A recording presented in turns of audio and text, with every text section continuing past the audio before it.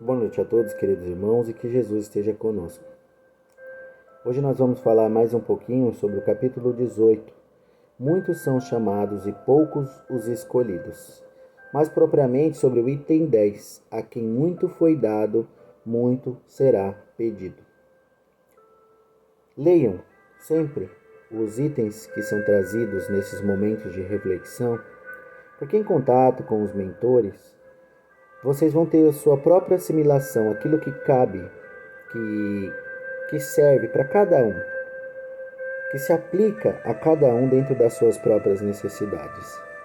Então não se privem dessa troca com o nosso mentor amigo, com o nosso irmão que nos auxilia. Então eu recomendo sempre que vocês leiam no Evangelho, tá? Capítulo 18, item 10. A quem muito foi dado, muito será pedido. O servidor que conhece a vontade do seu Senhor e não fez o que lhe foi pedido, será punido com muito mais rigor. Aquele que não conhece a vontade de seu Senhor e fez coisas dignas de castigo, será punido com menos rigor. Aquele a quem muito foi dado, muito será pedido e cobrado. Uma grande prestação de contas será exigida daquele a quem muitas coisas foram confiadas. Lucas, capítulo 12, versículo 47 e 48. Olha que interessante. O servidor que conhece a vontade do seu Senhor e não fez o que lhe foi pedido será punido com muito mais rigor. Será punido com muito mais rigor. Será punido por Deus? Será punido pelos Espíritos? De que forma pode se dar esta punição? Bom, Deus não se ocupa dos nossos erros. Deus não se ocupa em nos punir. Nós possuímos o livre-arbítrio no nosso coração, no nosso espírito, onde nós escolhemos o caminho por onde nós queremos seguir. Nós escolhemos fazer o bem ou não a nós mesmos e aos nossos semelhantes. Deus criou as suas leis universais e toda criatura de Deus estão expostas, são tuteladas por essas leis. E como essas leis agem sobre nós? Com justiça. E para o nosso progresso. O que isso significa? Toda vez que nós fazemos ao nosso semelhante o que nós não gostaríamos que fosse feito para nós, nós nos obrigamos a enfrentar essa mesma ação no futuro. Então, se nós fizemos algo para o nosso semelhante que trouxe dor, que trouxe sofrimento, que trouxe algum tipo de prejuízo, quando nós fazemos isso a ele e não desejamos que seja feito isso para nós, ou seja, nós fizemos algo contrário ao que nós gostaríamos de ter do universo, das pessoas, nós nos obrigamos a passar por essa mesma situação, por essa mesma dor, por esse mesmo sofrimento, por esses mesmos prejuízos no futuro. Então o que acontece? Infringindo a lei de Deus, fazendo ao outro algum tipo de mal, nós nos obrigamos a passar por este mesmo mal, a sentir na pele, a viver essa dor no futuro. Sabedoria popular. A justiça de Deus tarda, mas não falha.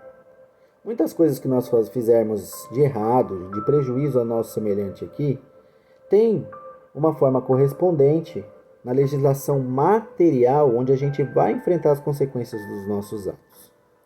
Mas espiritualmente falando, na maior parte das vezes, a gente vai enfrentar isso em outra existência. Por quê?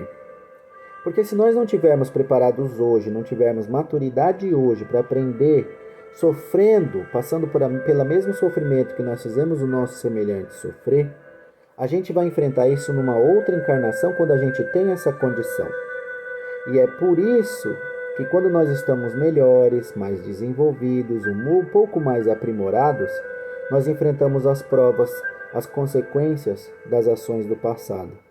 Então hoje a gente vê um cara ruim se dando bem, a gente fala, pô, esse cara age mal, não é uma boa pessoa. Por que um cara desse vai tão bem, enquanto o fulano lá é honesto, é correto, é trabalhador e é uma pancada atrás da outra?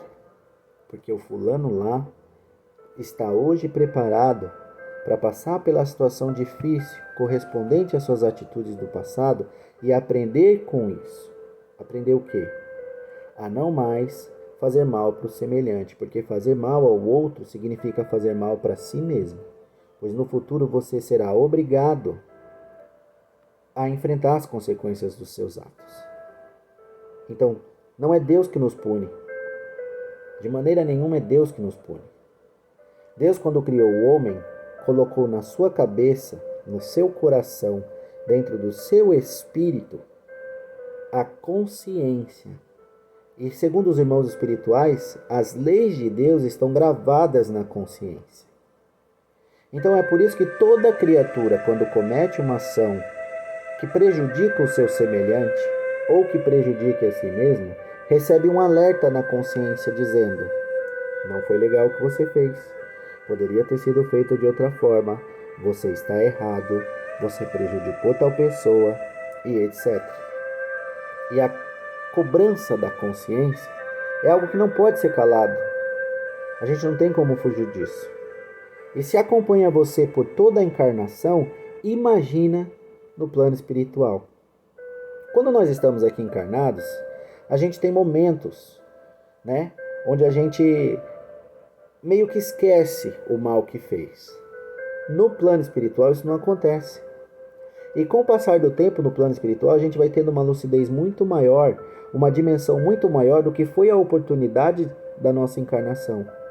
Que a gente devia ter aproveitado esse tempo para o nosso desenvolvimento, para o nosso progresso, para cumprir as metas que nós nos propomos.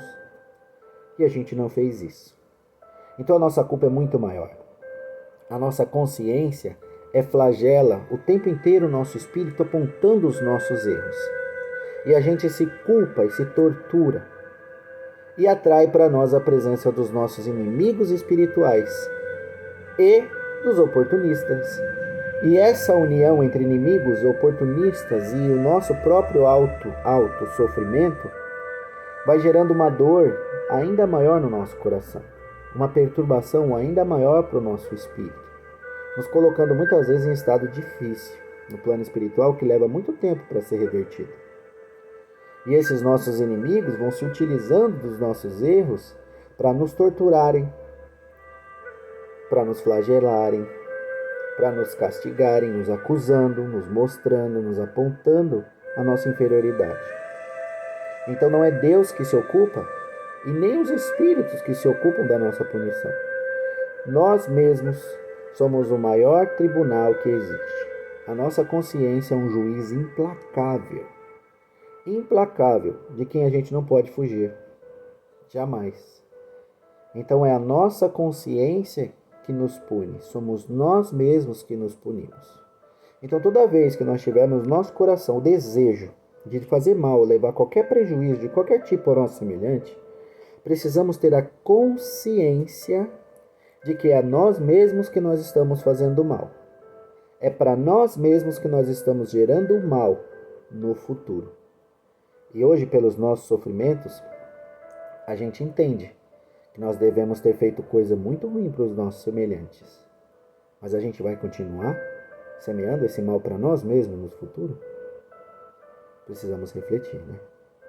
Em seguida, Jesus diz assim: eu vim a este mundo para fazer um julgamento, a fim de que aqueles que não enxergam as verdades que foram ensinadas passem a enxergá-las. E aqueles que já enxergam se tornem cegos para as coisas que atrapalham o seu progresso. Alguns fariseus que estavam com Jesus, ao ouvirem estas palavras, lhes perguntaram: por acaso nós também somos cegos? E Jesus lhes respondeu: se vocês fossem cegos, não teriam pecados. Porém, agora estão me dizendo que enxergam, ou melhor, que conhecem a lei de Deus. E se ainda assim não a praticam, é por isso que o pecado permanece em vocês. Se vocês fossem cegos, não teriam pecados. Se vocês não conhecessem a lei de Deus, não teriam erros. Não conhecer as leis de Deus nos livra das consequências das nossas más ações, que trouxeram prejuízo, dor e sofrimento aos nossos semelhantes? Não, de maneira nenhuma, né? E não foi isso que Jesus quis dizer. Nós sempre vamos encontrar as consequências dos nossos atos. O que Jesus está nos dizendo aqui é que a culpa é proporcional ao nível de conhecimento que o indivíduo possui. Então, de acordo com o nível de conhecimento que uma pessoa possui, é o tamanho e o quanto ela se faz culpada pelas suas ações, pelos seus erros, pelos seus pensamentos, pelos seus sentimentos. O que isso quer dizer? Vamos pensar na criança? Uma criança de 4 ou 5 anos de idade pode ser tratada, suas atitudes podem ser pesadas, na mesma medida que um adulto com lucidez? Sim ou não? A criança que pega lá o celular em cima da mesa e sai andando como se fosse dela, tem essa noção como um adulto tem? A criança que vê lá o pai com o tio sentado, bebendo uma cervejinha, e vai lá e pega o copo e tenta beber, tem essa noção como um adulto tem? A criança que se coloca afetivamente na direção de um estranho, procurando o seu colo, tem essa noção como um adulto tem? Então a gente precisa entender que as criaturas que não têm o nível de discernimento, principalmente sobre os princípios morais, têm as suas atitudes tratadas de forma proporcional. As consequências dos seus atos têm um peso? Sim, por ter infringido a lei de Deus. Mas a culpa não é como a culpa de um homem que tem o discernimento como nós que conhecemos os ensinamentos do nosso Mestre Jesus. Esse conhecimento é importante, por quê? Porque a partir do momento que nós temos o conhecimento, a gente tem que colocar esse conhecimento em aplicação, aplicar esses conhecimentos em nós mesmos e nos relacionamentos com as outras pessoas. Se a gente sabe que o ignorante, a pessoa que desconhece as leis de Deus, tem um peso menor para suas ações e que nós temos um peso muito maior para as nossas ações, e que nós sabemos que essa punição é operada por nós mesmos, pela nossa própria consciência que vai nos cobrar tudo isso, que vai exigir de nós, vai pedir de nós uma explicação por tudo isso, e ainda vai gerar para nós algo a ser experimentado ali, na prática, vivido no futuro, que vai trazer dor ao nosso coração. Então nós temos uma responsabilidade muito grande com a nossa felicidade. A partir do momento que nós sabemos que este conhecimento tem que causar uma transformação no nosso coração, que essa luz tem que ser colocada em nosso proveito, nós precisamos nos esforçar ao máximo para que isso aconteça, impedindo que a nossa colheita no futuro seja uma colheita dolorosa e, do contrário, que seja uma colheita feliz. Então a nossa responsabilidade por ter conhecimento sobre a nossa felicidade é muito maior. Muito maior. E eu não estou falando sobre fazer os outros felizes, eu estou falando sobre se fazer feliz. Pois ninguém pode fazer outra pessoa feliz se não for feliz consigo mesmo, se não estiver em plenitude consigo mesmo. Então é necessário se conhecer, é necessário se compreender, é necessário trabalhar por transformar aquilo que precisa mudar dentro do seu coração, para que você alcance o estado de felicidade que aqui na Terra se remete a uma consciência em paz e tranquila. Para que aqui onde nós estamos encarnados, felicidade é paz e consciência tranquila. Isso é felicidade.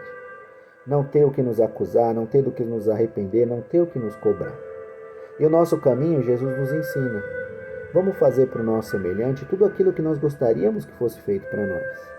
Se for assim, a gente só vai fazer o bem para os outros, porque ninguém quer sofrer nenhum tipo de mal.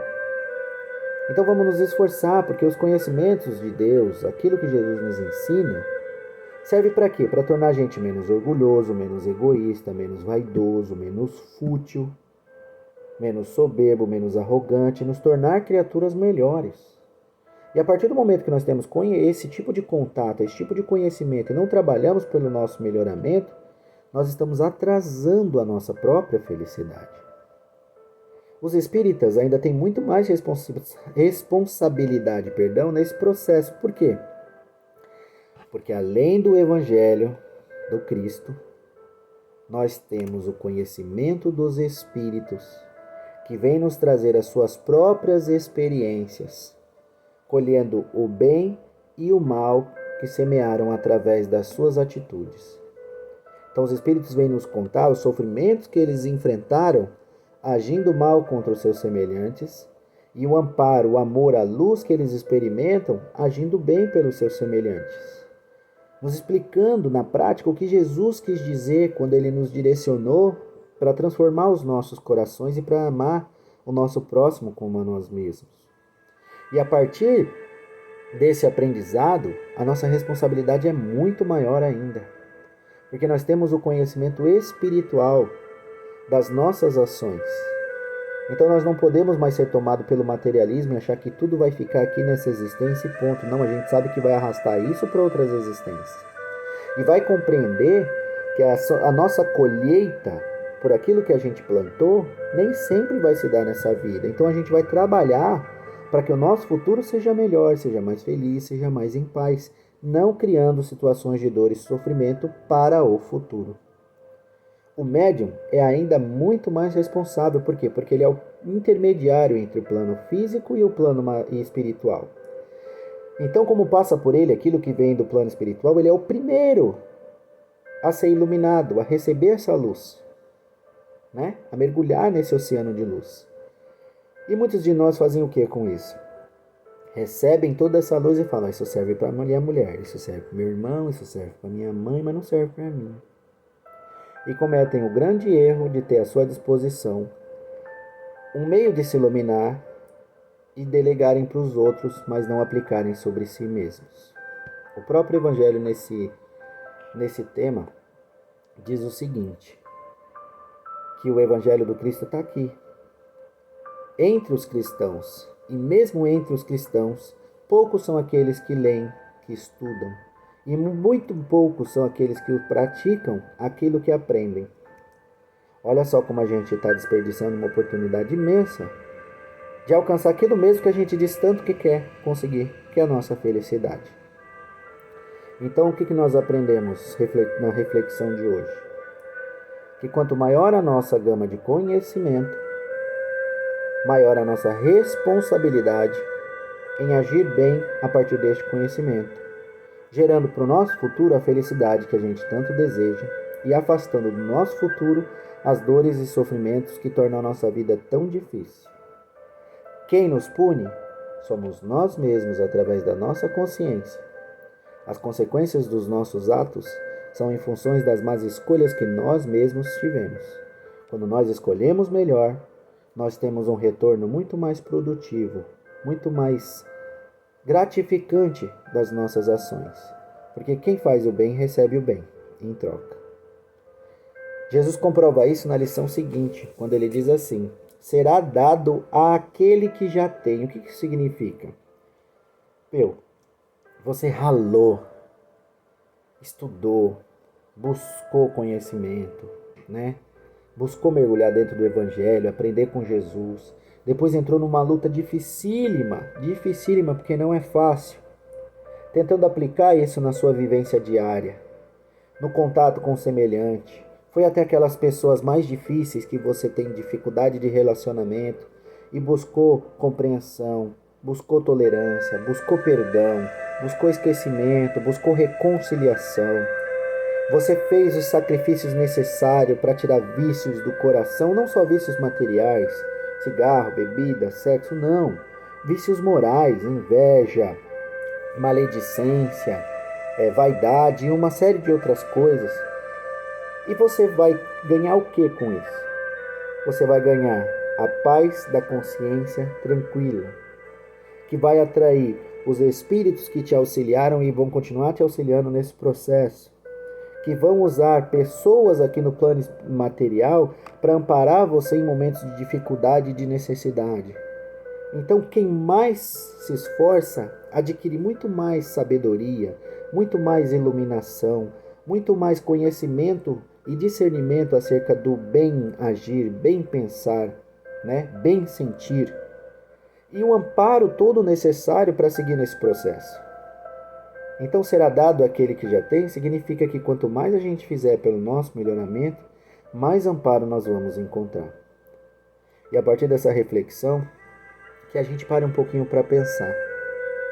Será que eu não estou julgando demais os erros dos outros e esquecendo um pouco de voltar para mim mesmo e trabalhar o meu próprio eu?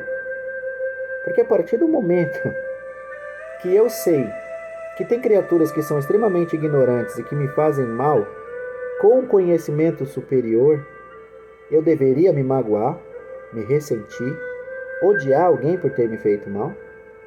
É cristã a minha atitude? Julgar as atitudes dos outros, sem antes mergulhar dentro de mim, me compreender, buscar me trabalhar, é uma atitude sábia? Que a gente possa pensar muito mais em analisar o nosso eu do que analisar o eu do nosso semelhante. Pois ninguém tem o poder de te magoar, de te machucar, de te ferir. É você que se permite magoar, ferir e machucar a partir da atitude de uma outra pessoa. Só acontece porque você permite. E com conhecimento a gente não permite mais isso. A coisa pode acontecer, mas o impacto não é mais o mesmo. Porque a gente entende tudo. E com entendimento, com discernimento, com compreensão, nós compreendemos que o nosso irmão é ignorante, não sabe o que ele está fazendo. Então a gente não assimila o que vem dele. Não. A gente analisa com caridade a atitude do nosso irmão. E ele não tem mais o poder de nos ferir, porque nós descobrimos que ele nunca teve esse poder. Somos nós que damos essa abertura, somos nós que permitimos que isso aconteça. Por orgulho, por vaidade, por egoísmo. Somos nós que permitimos que isso aconteça. Que Jesus abençoe muitas nossas reflexões. Que Deus esteja conosco dentro das reflexões acerca de nós mesmos, do que isso quer dizer para o meu espírito, para a minha transformação. Que assim seja.